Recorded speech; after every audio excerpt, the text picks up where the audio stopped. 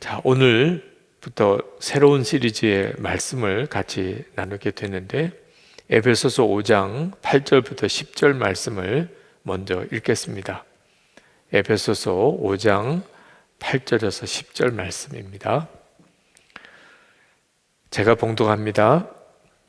너희가 전에는 어둠이더니 이제는 주 안에서 빛이라. 빛의 자녀들처럼 행하라. 빛의 열매는 모든 착함과 의로움과 진실함에 있느니라. 주를 기쁘시게 할 것이 무엇인가 시험하여 보라. 올해 들어와서 성령 집회를 위해서 하나님께 말씀을 구할 때 하나님께서 저에게 이미 벌써 몇 달 전에 저에게 주셨던 응답이 생각나게 하셨습니다. 그때 코로나19로 인해서 참 어려운 때에 교회는 어떻게 되겠습니까? 또 우리 나라는 어떻게 되겠습니까? 성도들의 여러 가지 어려운 형편에 도대체 목사로서 뭘 권면을 해야 하겠습니까? 그런 기도를 안타깝게 드릴 때 하나님이 제 마음속에 두려워하지 마라, 염려하지 마라, 그리고 그 까닭을 생각나게 하셨어요. 하나님이 모르는 바도 아니고 하나님이 능력이 없으신 것도 아니고, 그러면 우리가 두려워하고 염려할 이유가 없는 거죠. 왜 두려워함으로 기도하느냐? 그래서 하나님, 맞습니다. 하나님은 모르는 바도 아니시고 하나님은 우리와 함께 계시니 어떻게 될까요? 무엇을 할까요? 이렇게 걱정할 필요는 없겠습니다. 그때 하나님이 바로 이어서 오직 하나님이 기뻐하시는 일만 하라. 매 순간 어떤 상황이 오든지 하나님이 기뻐하시는 일만 하라. 그런 마음을 주셨습니다. 그것도 정말 너무나 분명하더라. 그렇지, 하나님이 기뻐하시는 게 뭘까? 그 생각만 하고 살면 되는 거지, 하나님을 믿는 우리들은. 근데 이번에 에베소서 말씀 기도를 하는데 에베소서 5장을 묵상하는데 10절 말씀에 정확하게 그 말씀을 하고 계신 거예요. 주를 기쁘시게 할 것이 무엇인가 시험하여 보라. 정말 주님이 우리에게 원하시는 것이 그거구나. 어떻게 될까? 앞으로 코로나19는 어떻게 끝날까? 또 교회나 우리 나라의 재정적인 형편이나 개인적인 사정이나 걱정할 게 참 많지만 우리가 할 일은 그저 매 순간 하나님이 어떻게 하면 기뻐하실까? 그것만 하면 되는 거구나. 너무 마음이 명확해졌어요. 실제로 여러분, 힘들고 어려운 일이 생길 때 절대로 속단하지 마셔야 합니다. 이건 정말 너무나 큰 고통이다. 이건 견딜 수 없는 시련이다. 하나님은 왜 이런 어려움을 나에게 당하게 하시나? 절대로 그렇게 속단하지 마세요. 지나고 나면 그 일로 인해서 하나님께 너무나 감사할 수 있다는 걸 아셔야 합니다. 하나님은 우리가 그저 눈에 보기에 좋아 보이고 또 어려워 보이는 것에 마음이 요동하는 것을 기뻐하지 않습니다. 중국 교회가 1966년부터 76년까지 한 10년 동안 문화 대혁명이라고 아주 극단적인 좌파 공산주의 운동이 중국에서 일어났을 때 엄청 어려움을 겪었습니다. 홍위병들이죠. 선동에 의해서 기독교인들, 교회, 목회자들, 성도들 말할 수 없는 끔찍한 그런 박해를 했습니다. 그런데 그 문화 대혁명이 일어나기 전에 이미 중국 가정교회는 굉장한 어려움을 당하기 시작을 했습니다. 그때 중국 정부가 중국 정부 아래 있는 교회 조직을 삼자교회라고 해서 만들었어요. 그래서 모든 교회는 다 삼자교회에 소속하기를 강요했습니다. 그 삼자교회에 들어오면 공산당 아래 들어가는 거예요. 하나님을 믿지만 공산당 아래 들어가는 거죠. 그러니까 엄밀히 말하면 진정한 교회라고 하기 어렵습니다. 그걸 안 목회자들 또 성도들 중에는 삼자교회는 절대로 안 들어가겠다고 거부한 사람들이 생겼는데, 이제 그들은 감옥에 끌려갈 수밖에 없었어요. 목회자와 평신도 지도자들은. 그 감옥에 가지 않으려고 삼자교회에 들어간 분들도 있었습니다. 그런데 그 다음에 문화 대혁명이 터진 거예요. 근데 삼자교회에 소속된 목회자들, 그 문화 대혁명 일어났을 때 그들이 안전하게 지켜지지 않았습니다. 그 삼자교회에 소속되었어도 그들이 광장에 끌려나가서 공개 비판당하고 자아 비판해야 되고 정말 말할 수 없는 수모를 당하고 정말 끔찍한 어떤 그런 테러를 당하고 심지어는 견디지 못해서 스스로 목숨을 끊은 목회자도 나왔을 정도로 어려움을 겪었어요. 그 문화대혁명이 끝나고 난 다음에 깜짝 놀라는 결과가 생겼습니다. 그 삼자교회에 소속된 목회자들은 대부분 일찍 죽었어요. 그런데 삼자교회에 들어가지 않겠다고 감옥에 들어갔던 가정교회 목회자들은 대부분 거의 80, 90, 100세까지 사셨습니다. 왜 그러냐면 그 문화 대혁명 때 홍위병들에 의해서 그 자아 비판 당하고 테러 당하고 그때 받았던 상처가 너무 컸기 때문에 일찍 죽을 수밖에 없었어요. 삼자교회에 가시면. 근데 감옥에 들어간 분들은 아주 규칙적인 생활을, 그리고 감옥에 들어갔으니까 뭐 끌려다닐 필요도 없었어요. 오히려 감옥에서 안전하게 보호를 받았어요. 그리고 또 자기 건강을 지킬 수 있는 운동도 하고, 그래서 그분들은 오히려 장수하셨어요. 참 하나님의 섭리가 놀랍죠. 그렇죠? 어떤 순간에든지 그 일이 나를 큰 어려움을 겪게 하는 일이 될지라도 하나님이 기뻐하시는 일을 해야 되겠다. 그러면 지나고 나면 정말 잘했다는 결과가 나옵니다. 그 중국이 문화의 대혁명을 거치면서 가정교회가 참 어려움을 겪었는데 역사가 참 놀랍죠. 그때 당시에 미국이나 유럽의 자유주의 신학의 물결이 교회를 완전히 사로잡았습니다. 근데 중국은 전 세계에서 가장 큰 규모의 근본주의적인 신앙을 가지고 있는 교회가 되었어요, 지금. 왜냐하면 그때 중국이 그 무서운 핍박 속에 있었기 때문에 자유주의 신학의 영향에서 오히려 보호를 받은 거예요.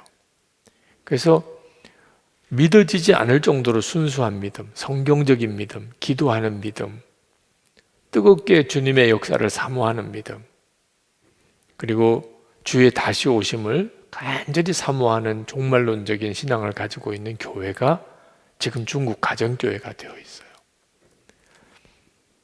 자, 우리 코로나19 때문에 참 어려움도 또 여러 가지 흉흉한 소식도 말할 수 없는 지금 곤혹스러운 일들도 겪고 있지만 우리가 할 일은 지금 예수님께서 기뻐하실 일이 뭘까? 그 생각만 하며 사는 겁니다. 지금 주님이 기뻐하시는 일이 뭘까? 그러면 그 나머지는 하나님이 책임져 주십니다. 할렐루야. 정말 놀랍죠. 명쾌하죠. 그죠? 뭐 고민할 게 갑자기 없어졌어요. 그죠? 뭐 경제는 어떻게 될까? 앞으로 코로나19는 어떻게 소멸이 될까? 또 나는 어떻게 살까? 그 외에 여러분의 개인적인 여러 가지 문제들도 우리를 참 힘들게도 하고 또 방황하게도 만들지만, 이제는 모든 것에 대한 초점을 하나님이 기뻐하시는 일이 뭘까 하는 것에만 두고 살면 되는 겁니다. 그렇죠? 자, 그런데 그러면 하나님이 기뻐하시는 일은 뭐지? 이렇게 생각하면 또 갑자기 마음이 답답해져요. 하나님이 기뻐하시는 일만 하면 된다는 것은 너무 명확한데, 그래서 이번 금요 성령 집회 오늘을 시작으로 하나님이 기뻐하시는 일이 뭔지를 성경을 통해서 한번 찾아보자. 그러고 보니까 성경에 하나님이 정말 기뻐하시는 일이 명확하게 성경에 이렇게 하나하나 나와 있더라고요. 그래서 하나님의 시간이 허락할 때까지 하나님이 기뻐하시는 일이 도대체 뭘까 하는 것을 한번 찾아보려고 합니다. 그러면 오히려 지금의 우리의 어려움이 지나고 나면 우리에게는 엄청난 은혜, 하나님이 우리를 정말 복을 주시는 특별한 기회가 될 거라고 믿습니다. 사도 바울이 하나님이 기뻐하실 것이 무엇인가 시험하여 보라, 그렇게 말씀하시기 전에 하신 말씀이 있어요. 오늘 에베소서 5장 8절 9절에 있는 말씀입니다. 10절에 하나님이 기쁘시게 할 것이 무엇인가 시험하여 보라. 그리고는 그 전에 말씀하신 거예요. 너희가 전에는 어두움이더니 이제는 주 안에서 빛이라. 빛의 자녀들처럼 행하라. 그러니까 하나님이 기뻐하시는 일이 뭐냐면 빛의 자녀들처럼 행하는 거예요. 그 빛의 자녀들처럼 행하는 것은 도대체 어떻게 행하는 거냐? 9절에 모든 착함과 의로움과 진실함에 있느니라. 그러니까 하나님이 우리가 착하고 의롭고 진실하게 행동하는 것을 기뻐하신다. 그러면 이제 그렇게 살면 되는 거죠. 그죠?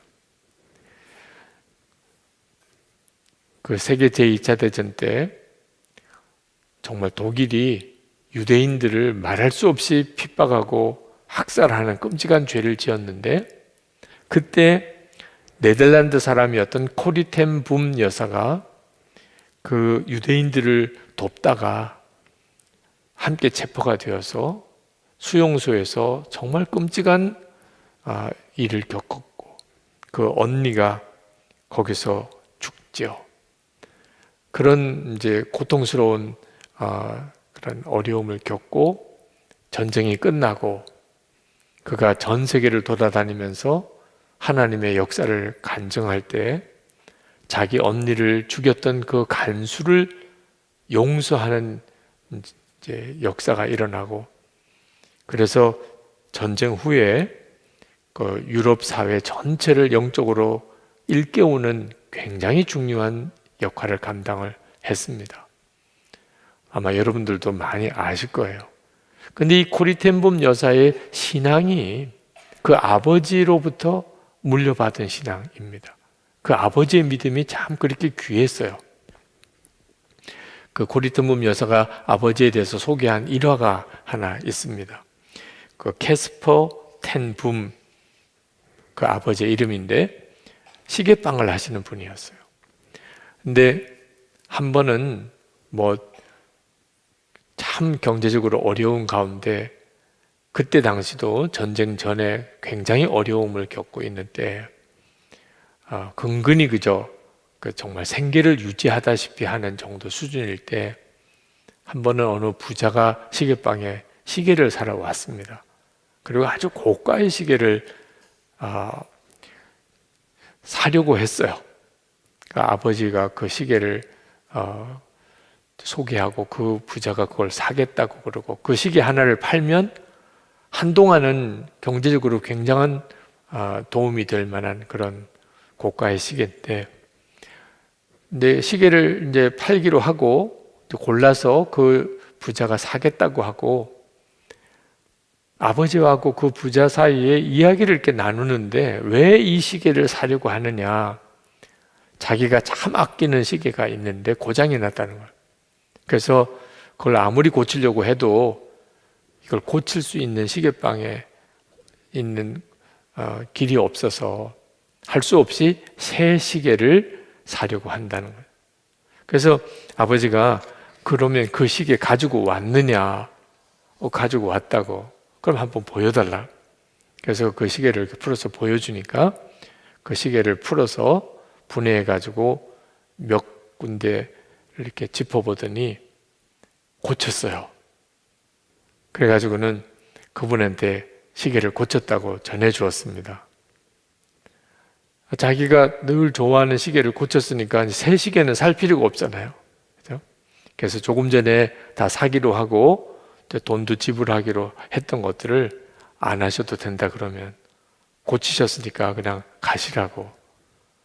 그래서 시계를 그냥 팔 뻔했는데 그 가지고 있던 그 시계 고쳐준 바람에 시계를 못 팔았어요. 근데 이 과정을 코리텐붐 여사가 딸이 옆에서 가게에서 지켜보면서 속이 터지는 거예요. 아니 그걸 왜 고쳐주냐 말이에요. 고치지 않으면 이 고급 시계를 팔아서 우리 가족이 경제적인 어려움을 해결할 수 있는데 아니 아버지는 왜 저걸 고쳐가지고 시계도 못 팔고 돈도 못 벌고 그렇게 바보 같은 짓을 하는지. 그래서 그 부자가 너무 고맙다고 그러고는 시계를 고쳐가지고 나가는 다음에 막 아버지에게 가서 바보같이 왜 그렇게 했냐고 그랬더니 그 아버지가 딸을 달래면서 이렇게 이야기를 했어요. 코리아, 돈은 하나님이 필요하면 언제나 우리에게 주실 수 있지 않겠니? 그러나 우리가 최선을 다해서 정직하게 손님을 섬기지 않는다면 하나님이 기뻐하실까? 오늘 그분을 대하는데 하나님이 어떻게 하는 걸 더 기뻐하실까? 고칠 수 있는데 안 고치고 시계를 파는 걸 기뻐하실까? 조금만 손 보면 고쳐지는 걸 고쳐서 그분이 그 시계를 좋아하는 시계를 계속 사용하도록 하는 것을 기뻐하실까? 코리아, 우리 그리스도인은 돈을 벌기 위해 사는 사람들이 아니란다. 하나님을 기쁘시게 하기 위해 사는 사람이란다. 아버지가 그랬던 이야기를 나중에 책에서 그가 고백을 했어요. 하나님은 우리가 이렇게 하기를 기뻐하신다는 거죠. 그렇게 어려운 주제 아니죠. 네. 문제는 나도 그렇게 할 수 있느냐 하는 겁니다. 착함과 의로움과 진실함으로 모든 상황에서 행동하는 것. 그게 나에게 손해가 되든지 이익이 되든지 상관없이 비록 내게 손해가 될지라도. 그래서 코리텐붐 여사가 유대인들을 도왔던 거예요. 하나님이 기뻐하실 거라고 생각했으니까. 그런데 그것 때문에 그가 오히려 수용소에 끌려가서 언니는 거기서 비참하게 죽고 본인도 말할 수 없는 수치스러운 그런 일을 겪고 끔찍한 세월을 보냈죠. 그러나 그 뒤에 그 일로 인해서 하나님은 굉장한 영광을 받으셨습니다. 여러분은 착하고 의롭고 진실하십니까? 만약에 떳떳하게 그렇다고 말을 못하겠다면 내가 착하고 정말 의롭고 진실한가? 누구도 여러분의 자세한 사정은 모르지요. 여러분만 알지요. 여러분의 마음속에 그렇다고 말할 수는 없어. 갑자기 부끄러운 어떤 일이 생각나요. 여러분만 알고 있는 어떤 비밀스러운 일. 그러나 주님이 알고 계시죠. 그래서 떳떳하게 그렇다고 말을 못하겠다면 그렇다면 이번 기회에 여러분이 아주 명확해야 합니다. 코로나19가 문제가 아닌 거예요.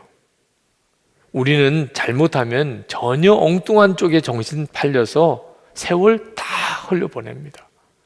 진짜 중요한 것은 내가 하나님을 기쁘시게 하는 삶을 살고 있지 못했었다는 겁니다. 이것을 영적으로 잠들었다고 표현을 했어요. 에베소서 5장 14절에 가면은 잠자는 자여 깨어서 죽은 자들 가운데서 일어나라, 그런 말씀을 합니다. 여러분, 지금 여러분 잠자는 분 있으십니까?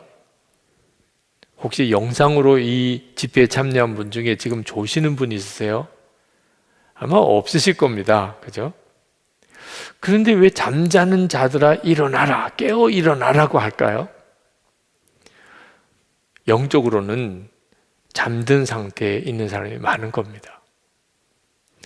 우리가 착하게, 의롭게, 진실하게 살지 못하면서 시간만, 세월만 보내는 삶은 실제로는 사실은 잠자는 상태와 똑같아요. 여러분, 우리도 이따금 그런 이야기를 하죠. 그죠?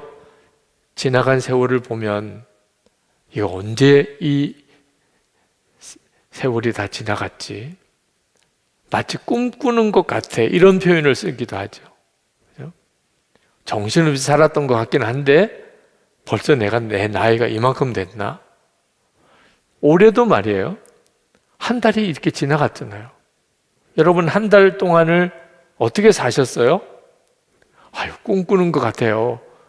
벌써 한 달이 지났네요. 송구영신 예배 드린 적이 어제 같은데, 그런 분들은 지금 잠자고 있는지도 몰라요. 진짜 지금 꿈꾸고 있는지 몰라요. 우리가 잠자는 삶을 사는 사람은 시간은 흘러가는데 실제로는 아무것도 한 일도 없고 변화된 것도 없는 것 같은 삶을 사는 겁니다. 한 달이 지났어요? 꿈꾸듯이 그냥 지나가 버렸어요. 이제 이렇게 2월도 지나갈 거예요. 그러다가 벌써 또 연말이 와요. 2021년도 다 끝났어요. 이렇게 산다니까요. 그리고 또 2022년을 바라보고 또 2022년도 그렇게 지나가요. 여러분, 우리가 정말 영적으로 깨어나지 않으면 이렇게 살다가 어느 순간에 주님 앞에 서는 겁니다. 나이가 70을 살았던 80을 살았던 90을 살았던 주님 앞에 서는 순간에 한 인생 자체가 그냥 꿈꾸는 일장춘몽이라고 말하죠. 꿈꾸듯이 그냥 지나가 버리는 거예요. 진짜 잠든 상태에서 산 거죠. 많은 그리스도인들이 자기가 잠자는 형편인데 실상이 본인은 자기가 잠자는 줄 몰라요. 이렇게 돌아다니니까. 그죠? 아침에 일어나서 깨서 오늘도 직장도 나갔고 또 일도 했고 집안일도 정신없었고 하루 종일 바쁘게 지냈고 자기가 잠이 든 상태인지를 전혀 모르는 라오디게아 교인들처럼, 4대 교인들처럼 영적으로는 깊이 잠이 들어있는데 본인이 그걸 모르는 거예요. 도둑이 들어와서 다 훔쳐가는지도 모르고 불이 났는지도 모르고 자기가 죽어가는지도 모르고 영적으로 완전히 잠이 들어버린 거죠. 예수님께서 잠잔다고 우리에게 말씀하시는 것은 예수를 믿는 사람이나 예수 안 믿는 사람이나 실제 삶에서는 전혀 다를 게 없어요. 에베소서 5장 11절에서 12절까지 그 내용을 이렇게 말합니다. 너희는 열매 없는 어두움의 일에 참여하지 말고 도리어 책망하라. 그들이 은밀히 행하는 것들은 말하기도 부끄러운 것들이라. 은밀히 행하는 것, 드러내놓고 죄는 짓지 않아요. 은밀히 행하는 것, 아무도 안 보는 가운데 내 모습, 말하기도 부끄러워요. 이게 다 영적으로 잠이 든 상태예요. 웨슬리 목사님이 잠자는 자여 일어나라 라는 제목으로 설교를 하신 적이 있습니다. 그 설교 속에서 영적으로 잠자는 자는 어떤 사람인지 웨슬리 목사님이 예를 드셨어요. 비참한 족쇄에 결박되어 있는데도 자기는 자유롭다고 생각하는 사람, 사탄이 그의 영혼을 완전히 소유하고 한번 떨어지면 다시 나올 수 없는 지옥이 그를 삼키려고 입을 벌리고 있음에도 편안하다 말하는 사람, 하나님의 형상을 잃어버린 채 타락에 머물러 있지만 다가오는 징벌을 피하라는 하나님의 경고를 결코 마음에 두지 않는 사람, 영혼의 내면에서 진지하게 내가 어떻게 해야 구원을 얻겠습니까? 이런 부르짖는 일이 전혀 없는 사람, 좋은 거, 나쁜 거 분별할 세련된 영적인 지각을 가지지 못하고 눈이 있어도 보지 못하고 귀가 있어도 듣지 못하는 사람, 하나님을 인격적으로 만나지도 못하고 주님의 음성을 들은 일도 없고 생명의 말씀을 손으로 만진 체험도 한 적이 없는 사람, 이런 사람이 잠자는 사람이라고 그렇게 이야기를 했어요. 굉장히 많습니다. 오늘 이 시간에도 또 이 말씀을 듣는 여러분들, 녹화된 영상으로 이 설교를 듣는 분들 중에도 여러분의 영혼이 지금 잠든 상태에 있는 사람도 있어요. 목사님, 잠들었으면 이런 예배나 집회에 참여나 했겠습니까? 물론 우리가 잠들다가도 이따금씩 깨요. 이렇게 예배 드릴 때, 설교 들을 때, 또는 찬양할 때, 보혈 찬양하고 할 때, 통성기도 할 때, 그때 갑자기 정신이 와요. 여러분들 자다가 잠깐 깬 적은 있죠? 자다가, 네. 그리고 이렇게 살면 안 되겠다. 뭔가 진짜 하나님은 정말 역사하시고 내게 말씀하시는 게 있겠구나. 그리고 정말 내가 이제는 바로 살아야 되겠다고 마음에 단단히 다짐을 하고 잠깐 깬 거예요. 근데 문제는 그 예배가 끝나고 집회가 끝나면 다시 자는 거예요. 그러니까 평생을 잠깐 깨는 일을 몇 번 반복하는, 실제로는 내내 자는 거예요. 지금도 그 정도 수준에 있으신 분들, 오늘 성령 집회 때 잠깐 깨신 분, 이런 정도 수준에서 사는 것은 정말 너무 안타까운 거죠. 깨어 있다가 잠깐 조는 것도 심각하잖아요. 여러분 운전할 때 졸음 운전해 보세요. 얼마나 끔찍한 일이 벌어집니까? 그냥 멀쩡히 깨어 있다가 잠깐 깜빡 졸았는데 그 순간인데 그만 엄청난 사고가 날 수도 있잖아요. 그죠? 그런데 내내 잠자고 있는 상태에 있다가 이따금 깨는 정도의 수준의 삶은 어떻게 그 삶이 복이 있는 삶이라고 할 수 있겠어요? 영적으로 잠이 들어있는 사람들의 특징 중에 하나가 불평과 원망이 많은 겁니다. 이것도 마음에 안 들고 저것도 속상하고, 하나님 왜 나는 이렇게 살게 하시나요? 이런, 그 영적으로 잠이 들어서 그런 거예요.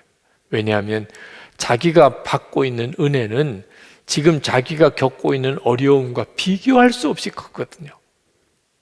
그런데 받은 은혜는 전혀 생각이 안 나요. 내가 지금 겪고 있는 어려움만 봐요. 그러니까 불평과 원망이 나오죠. 정상적으로 영적으로 깨어 있으면 그렇게 힘들고 어려운 여건 속에서도 할 수 있는 건 감사와 찬송밖에 없다. 우리가 찬송가에서 그렇게 고백하잖아요. 우리가 할 수 있는 것은 감사밖에 없어요. 영적으로 제대로 눈이 뜨인 사람은 그렇게 되는데, 엄청나고 상상이 안 되는 은혜를 받고도 원망과 불평, 미움, 탄식, 영적으로 완전히 잠이 들어있는 거죠. 가족에게 소홀히 하는 것도 역시 마찬가지예요. 얼마나 소중한데 마지막에는 가족에게 그렇게 제대로 사랑하고 관심하고 시간 내지 못한 것이 너무 안타까운, 그런데 정신이 하나도 없이 살아요. 하나님께는 더 말할 것도 없죠. 하나님을 위해서 내가 얼마나 많은 시간을 쓰고 사나, 하루를 지나는 동안. 그래서 사도 바울이 하나님이 기뻐하실 일이 무엇일까 분별하고 살으라는 거예요. 항상 어떤 순간이든지 하나님이 뭘 기뻐하실까? 가정에서 또는 여러분의 직장에서 무슨 일이 생겼는데 하나님이 기뻐하시는 일이 뭘까? 말 한마디라도 요때는 요렇게 말하면 하나님이 기뻐하시겠구나. 그렇게 살아보라는 거예요. 왜? 시간이 너무 아까우니까. 우리에게 주어진 시간이 너무 아까워요. 16절에 보면 세월을 아끼라 때가 악하니라. 여러분, 우리에게 주어진 시간은 정말 제한되어 있습니다. 지금까지 살아온 세월 동안 여러분이 하나님을 얼마나 기쁘시게 하는 삶을 살았습니까? 생각해 보면 주님 만나는 일이 부끄러울 정도예요. 이제부터 살아가는 세월도 마찬가지입니다. 눈 한 번 깜빡하면 또 1년 지나고 또 깜빡하면 또 1년 지나고 그렇게 몇 번 하면 주님 앞에 갈 시간이에요. 내 사진이 영정사진으로 걸리고 사람들이 와서 장례 치르고 그리고 내 인생은 끝나게 돼요. 그러니 진짜 세월을 아끼라는 겁니다. 그러면 어떻게 영적으로 깨어서 빛의 자녀처럼 그렇게 살 수 있을까요? 그게 이제 오늘 정말 중요하죠. 붙들고 정말 기도해야 될 일입니다. 빛이신 주님을 바라보는 겁니다. 에베소서 5장 14절에 잠자는 자여 깨어서 죽은 자들 가운데서 일어나라. 그렇게 하시고는 그 뒤에 그리스도께서 너에게 비추이시리라.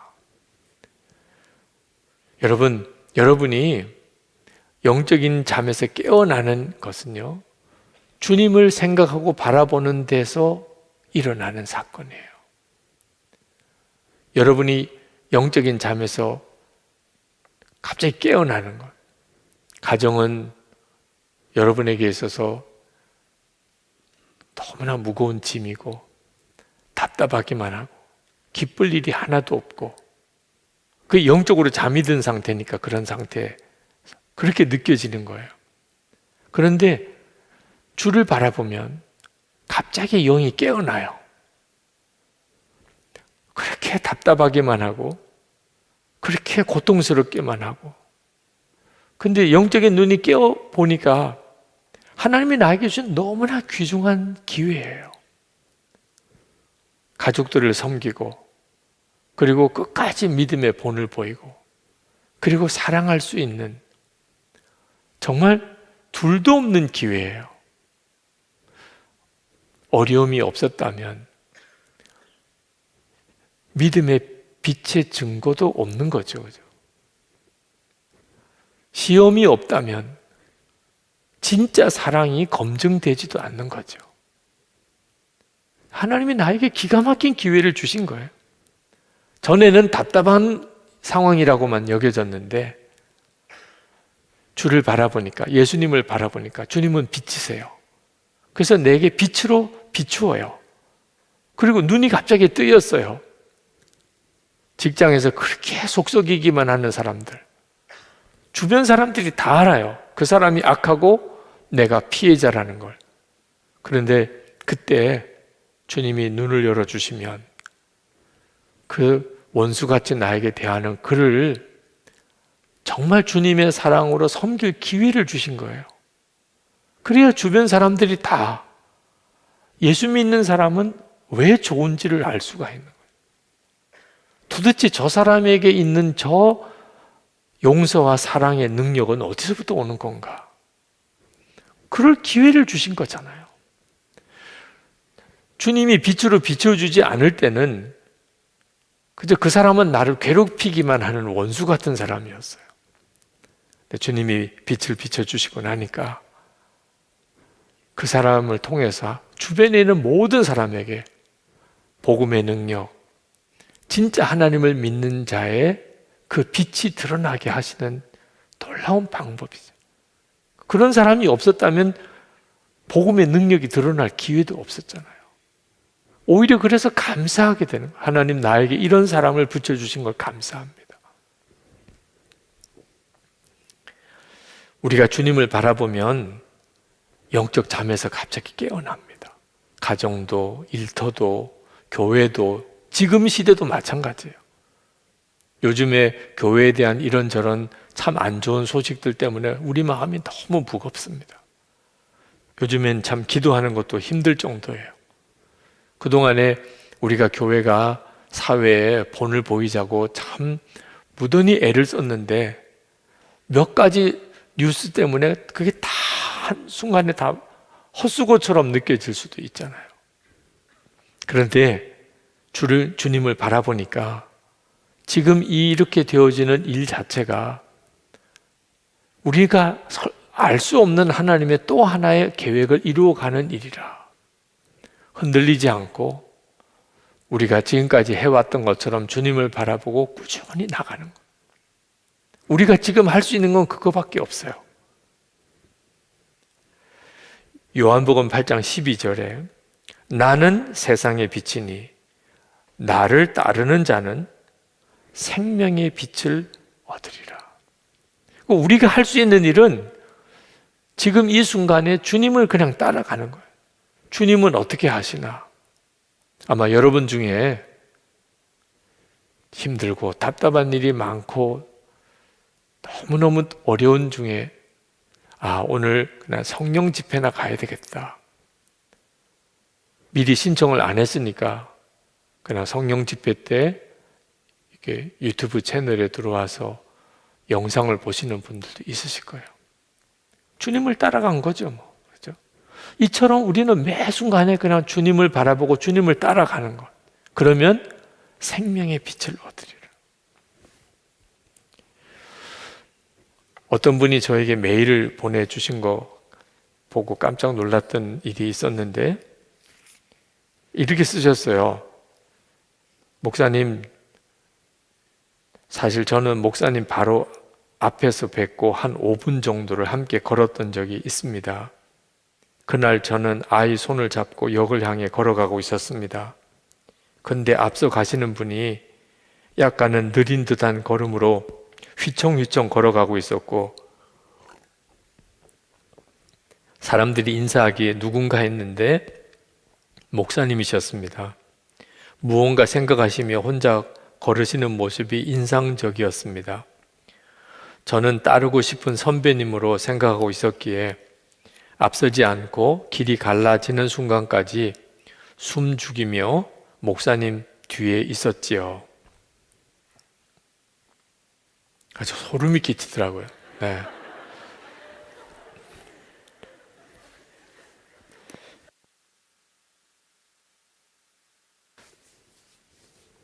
그때부터 내가 어디 가면 누가 나를 보고 있을 거다.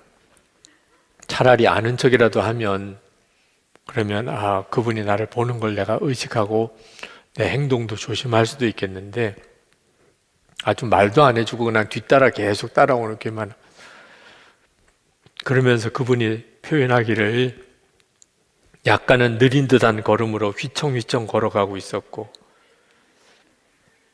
이제부터는 훈련소에서 하는 것처럼 그렇게 아주 힘차게 팔도 휘젓고 그렇게 아주 당차게 걸어야 되겠다 이런 생각도 들더라고요. 근데 그때 내 모습이 내가 사실 잘 모르는구나. 다른 사람이 내가 어떤 모습이라고 이야기를 해주니까 내가 어떤 모습인 줄 아는 거지. 나는 어디서든지 반듯하게 힘차게 잘 걷고 있다고 생각했는데 느릿느릿 휘청휘청 그렇게 걸었다고 그렇게 표현하는 거 보니까 한편으로는 부끄럽기도 하고 또 한편으로는 그렇구나, 내가 나를 모르는구나. 그러면서 또 주님이 나를 보실 때는 어떨까? 사람은 그저 내 외모에만 보실 수밖에 없죠. 근데 주님은 내 내면까지도 다 보시니까 그런 생각이 들었어요. 그게 제가 매일 예수 동행일기를 쓰는 유의기회라고 생각이 듭니다. 사실 매일 예수 동의 일기를 쓰면 아침부터 그 일기를 쓰는 시간까지 하루를 쭉 복기를 해보게 돼요. 아침에 무슨 일이 있었고, 낮에는 무슨 일이 있었고, 저녁에는 어떤 일이 있었고, 오늘 누구를 만났고, 뭐 이런 일들을 한번 쭉 하루를 돌아봐요. 그것만 가지고도요, 저를 보는 눈이 이렇게 열려요.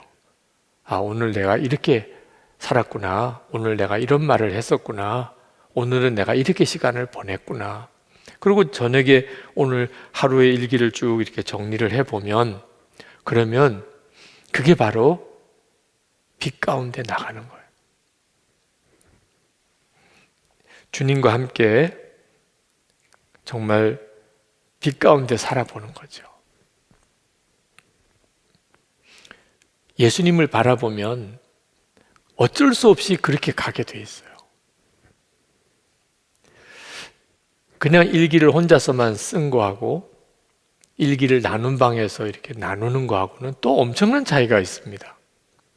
일기를 그냥 혼자서만 쓰면 나의 하루를 한번 이렇게 돌아보는 그런 어떤 유익은 있을 거예요.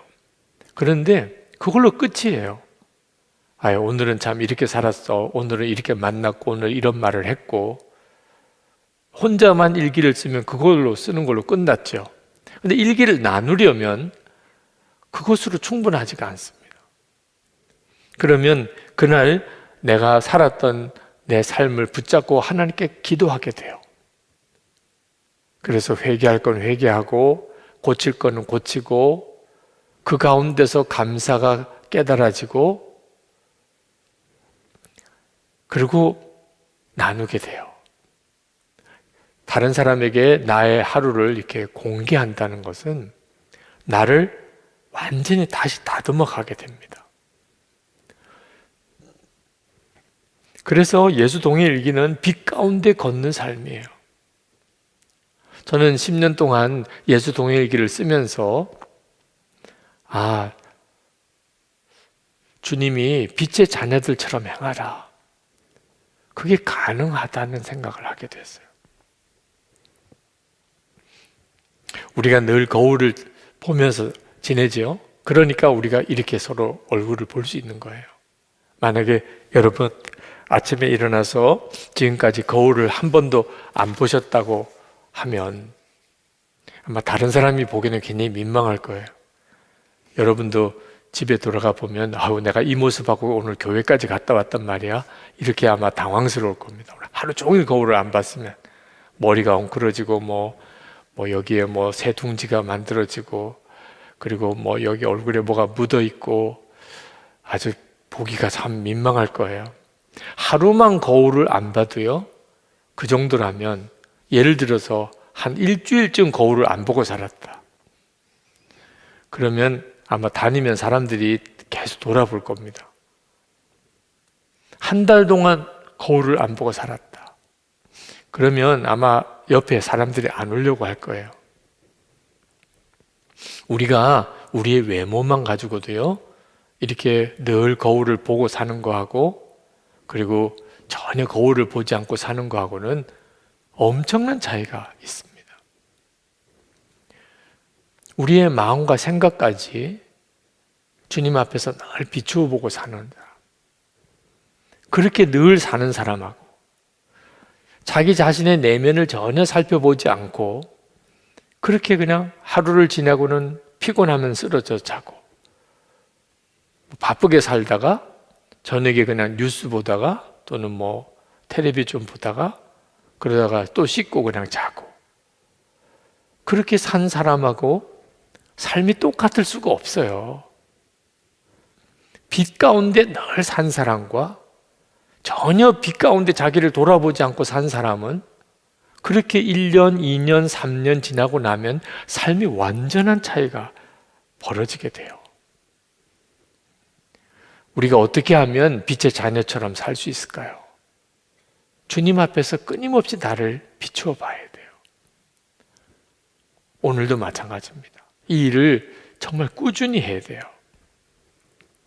미국의 유명한 방송 설교자였던 짐 베이커 목사님, 아주 미국에 엄청난 영향을 끼친 분입니다. 그런데 그분이 죄를 짓고 감옥에 갔어요. 그리고 나는 잘못되었다라는 책을 출간을 했습니다. 그의 책에서 그는 이런 말을 하고 있어요. 방송을 통해 유명한 목사가 되고 3,000명의 직원을 두고 1년에 1억 9천만 달러라는 예산으로 200개 채널의 텔레비전 방송국을 통하여 일을 할 때에 정말 바빴습니다. 하루에 16시간씩 일하다 보니 더 이상 조용히 앉아서 성경을 읽을 시간이 없었고, 더 이상 엎드려 기도하는 시간을 가질 수 없었고, 가족들과 함께 하는 시간도 가질 수 없었습니다. 그때 유혹이 찾아왔는데 나는 그것을 반격하여 물리칠 수 있는 아무런 무기도 영역도 하늘의 도움도 얻을 수가 없었습니다. 여러분, 매일 주님 앞에서 나를 돌아보는 일, 이 일은 해도 되고 안 해도 되는 일이 아니에요. 그 짐 베이커 목사님은 그때 당시로는 미국에서 최고의 목사였어요. 가장 유명한 목사였어요. 세상적인 기준으로 보아도 대성공의 삶을 살았어요. 근데 한순간에 무너졌어요. 왜? 너무 일이 바빠서 주님 앞에서 자기를 돌아볼 시간이 전혀 없었어요. 그러다가 어느 순간에 유혹이 탁 왔는데 자기 속에 그 유혹을 이길 힘이 아무것도 없었다. 그 유혹을 이길 힘이 뭐예요? 주님이 함께 계신 게 믿어지는 거. 주님이 의식이 되는 거. 주님의 말씀이 그 순간에 들리는 거. 그러면 어떤 유혹이 와도 이기죠. 사람만 함께 있어도 누가 유혹해도 이기는데 주님이 함께 계신 게 믿어지는데 어떻게 유혹에 넘어질 수 있겠어요? 매일 주님 앞에서 늘 주님을 바라보고 사는 일은 우리 삶을 엄청나게 바꿔놔요. 그래서 히브리서 3장 13절 말씀처럼 매일 피차 권면하는 일이 필요한 겁니다. 우리가 예수 동일기를 그냥 쓰라고만 하지 않고 나눈 방에서 서로 나눈 방에서 나누라고 하는 이유는 피차 서로 권면하는 일이 필요하기 때문에 서로 점검해 주는 거죠. 예수 동일기를 꾸준히 쓰시는지도 점검하고 일기를 통해서 그분이 정말 주님을 바라보고 사는지도 서로 점검해 주는 일. 자기가 스스로 자기를 고백하면서 다른 사람이 자기 삶 속에 들어와 보도록 초청하는 거죠. 왜 그렇게까지 살아야 되죠? 우리가 빛이신 주님을 바라볼 때만 우리는 빛 가운데 살아요. 주님을 바라보지 못하면 우리는 그 순간에 어둠의 자식이 되고만 합니다. 우리 교회에서 예수동일기를 쓰도록 한 지 10년이 지났습니다. 도대체 우리 교인들은 얼마나 예수동일기를 쓰고 있을까요? 오늘 제가 예수동일기를 우리 교인들이 얼마나 쓰시는지 통계를 좀 나한테 알려달라고 문의를 했더니 거기서 이렇게 통계가 왔어요. 우리 교인 중에 주 1회라도 일기를 쓰고 나누는 사람 2,000명 정도예요. 주 3회 정도 쓰는 교인, 그 이틀에 한 번 정도는 쓰시는 분 1,200여 명 정도예요. 매일 일기를 쓰는 분 350명 정도예요. 여러분이 생각했던 기대치에 비해서 많습니까? 적습니까? 아마 어떤 분들은 목사님 실망했어요. 그 정도밖에 안 돼요. 선한목자교회 교인들만 놓고 보면 매일 주 1회 이상은 쓰시는 분은 한 2,000명, 주 3회 정도 쓰시는 분은 한 1,200명, 매일 쓰시는 분은 한 350명. 근데 저는 정말 많다고 생각이 듭니다. 제가 만약에 여러분들에게 매일 주님과 동행하세요, 그걸 매일 일기를 써보세요, 이렇게 설교만 하고 말았다면 이 정도 숫자는 도무지 불가능했을 거예요. 그래도 예수동일기를 쓰고 속해서도 조직을 나눔 방으로 조직하고 서로가 권면하고 그동안에 끊임없이 제자 훈련 시키고 10년 동안을 그렇게 해온 결과가 그래도 주 1회 이상 쓰시는 분은 한 2,000명 정도, 주 3회 정도 쓰시는 분은 한 1,200명 정도, 매일 쓰시는 분은 한 350명 정도. 한 교회 안에 매일 주님과 동행하는 일기를 쓰는 분이 한 350명. 그 힘이 지금 선한목자교회의 영적인 힘이에요. 그것 때문에 이만큼 되는 거예요. 네, 한번 그냥 상상해 보실까요? 매일 주님과 동행하는 삶을 살면서 그렇게 매일 점검하는 사람이 350명 정도인데 그 사람이 한 1,000명 정도가 된다면, 그 사람이 한 3,000명 정도가 된다면 그 교회 공동체가 가지는 힘은 엄청나요. 처음에는 예수 동행일기를 쓰시라고 하는 고난 이유가 주님과의 관계를 꾸준히 해가기 위해서 그랬는데, 실제로 10년 동안을 지내고 보니까 우리 성도들 사이에 이 동행일기를 쓰고 나눈 방 속에서 얻는 유익이 상상외로 크다는 것을 알았어요.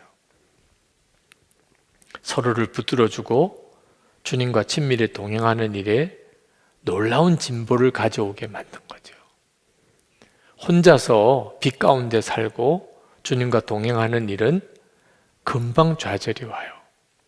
그런데 함께 서로 붙들어주고 돕기 시작하면, 그러면 놀라운 열매를 맺어가게 돼요. 오늘 여러분 모두에게 다시 한번 권면합니다. 도대체 하나님이 기뻐하실 일이 뭘까? 여러분 자신이 빛의 자녀처럼 사는 거예요. 근데 빛의 자녀처럼 살려면 빛이신 주님을 계속 바라보는 것 밖에는 길이 없습니다. 그러면 주님이 여러분에게 빛으로 비추세요. 그때 눈이 열려요.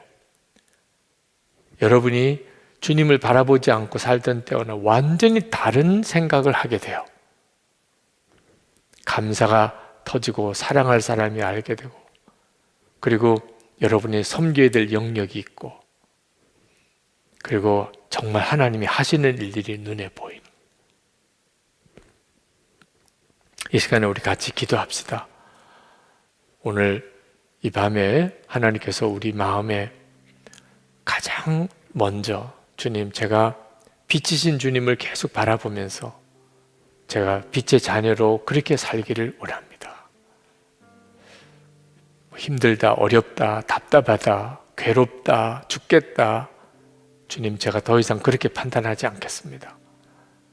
그저 매 순간 나에게 빛으로 비추어 주시는 주님을 바라보면서 그 주님을 계속 바라보고, 그리고 주님만 따라 가겠습니다.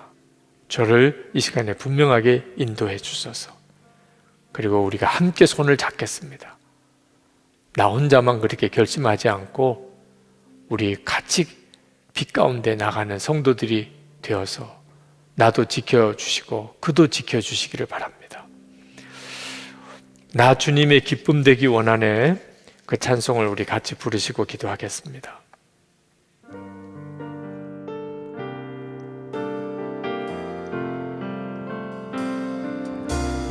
나 주님의 기쁨 되기 원하네. 내 마음을 새롭게 하소서.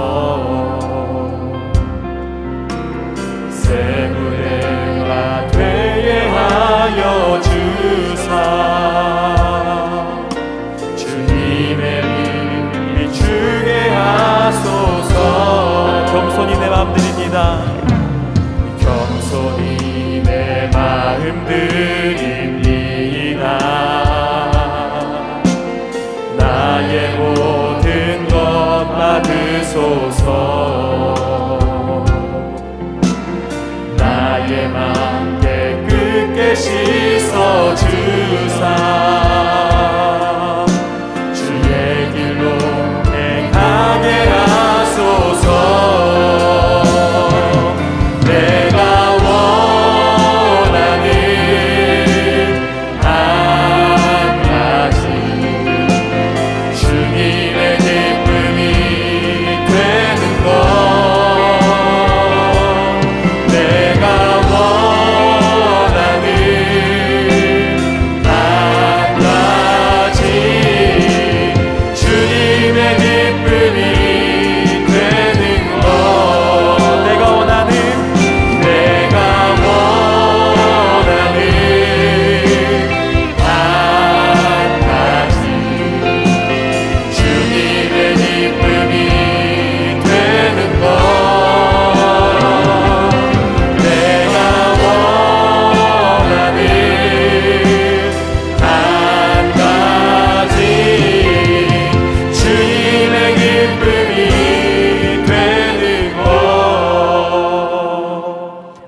마무리 시간에 같이 기도할 텐데, 우리가 하나님이 기뻐하는 기도를 드리면 반드시 기도하는 시간에 강력한 주님의 역사를 경험합니다.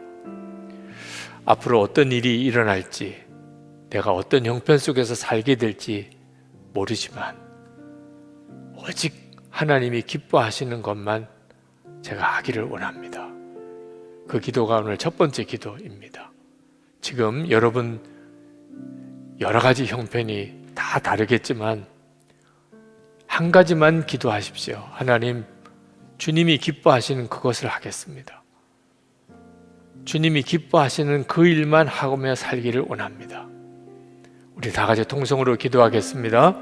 은혜와 사랑이 충만하신 아버지, 놀라우신 하나님의 은혜, 하나님의 역사를 인하여 감사를 드립니다. 하나님의 놀라운 고단하는 그 신대를 찬양한 주님 불러주소서. 하나님의 역사를 도와여 주소서. 하나님, 주님이 원하시는 길로 가겠습니다. 주님이 기뻐하시는 길로 가겠습니다. 어려운 길이든 하나님, 그 길로 인해서 하나님 사람들이 조롱할지라도, 하나님 불가능한 일처럼 보일지라도 주님이 기뻐하시는 일 충분합니다. 주님이 기뻐하시는 일만 만족합니다. 주님이 기뻐하시는 길을 끝까지 가겠습니다. 주님 그 일에 대하여 주님 더 분명하게 알게 해주시고, 하나님 더 확신을 주시고, 하나님 더 분명하게 이끌어 주셔서 마음의 무거운 짐을 다 내려놓습니다. 하나님, 우리가 하나님 해결할 수 없는 것들을 주님 앞에 다 내려놓습니다. 주님이 원하시는 것, 주님이 기뻐하시는 길로만 온전히 가게 해주셔서, 주님이 원하시는 길로만 온전히 나아가게 해주셔서, 주님이 기뻐하시는 길로만 온전히 행하게 해주옵소서. 주님 역사, 하나님 역사에 주실 줄 믿습니다.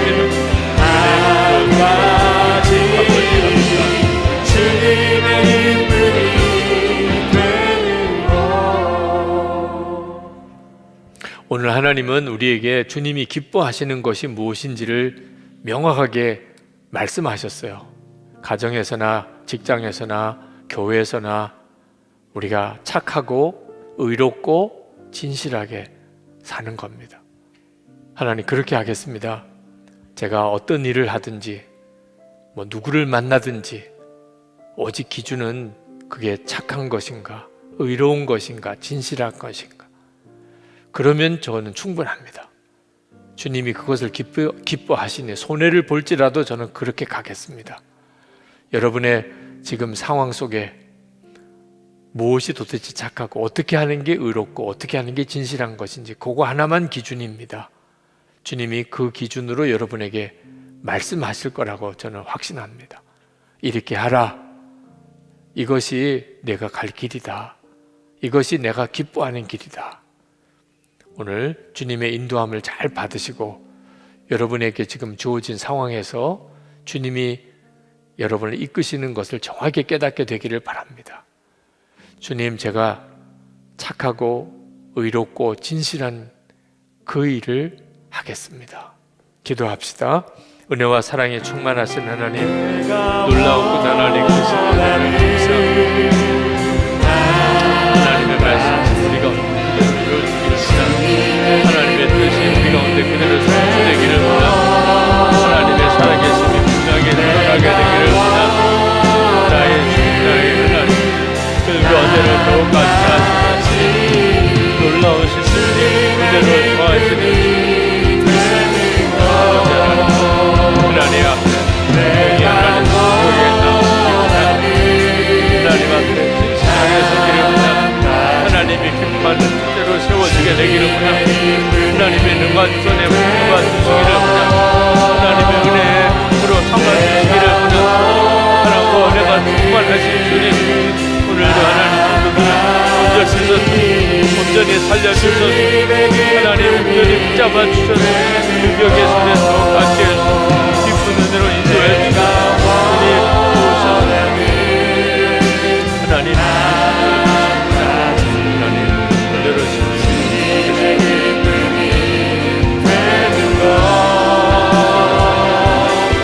내가 원하는 한 가지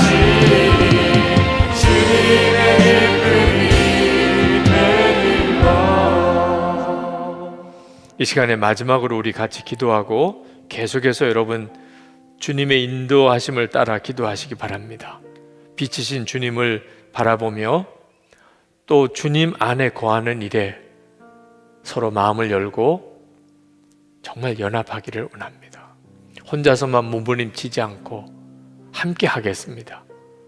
끊임없이 우리가 서로에게도 마음을 열고 주님을 향하여도 마음을 여는 것처럼 나눈 방에서 기도와 말씀의 믿음의 동지들과 정말 연합하겠습니다. 그래서 주님, 제가 이 길을 결코 쉽게 무너지지 않는 삶을 살기를 원합니다. 하나님께서 여러분에게 계획을 주신 이들을 붙들고 기도하시기 바랍니다. 하나님, 그와 아무개를 지켜주소서. 또 나눔 방에 있는 성도님들을 주님 앞에 올려드리고 기도하시기 바랍니다. 정말 마음을 더 열고 빛이신 주님 안에 행하게 하소서. 우리 다 같이 통성으로 기도하고 자유롭게 기도하겠습니다. 은혜와 사랑이 충만하신 하나님 들어주시고 하나님 역사하신 하나님 주님의 은혜를 찬양하고 하나님의 구별하심으로 우리를 붙들어 주시기를 원합니다. 빛이신 주님 안에 하나님 주님과 연합하는 일에 있어서 성도들과도 연합하게 되기를 원합니다.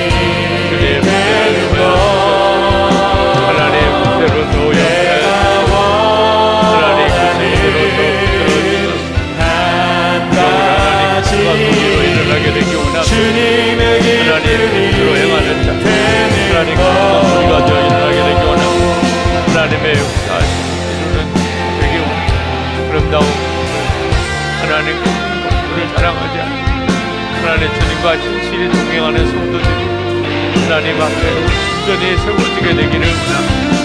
우리가 실로 주님 가운데 행하는 진실한 성도들의 무리로 변하게 되기를 원합니다. 이 일이 교회가 주님을 기쁘시게 하는 일인 줄 믿습니다. 주님 감사합니다.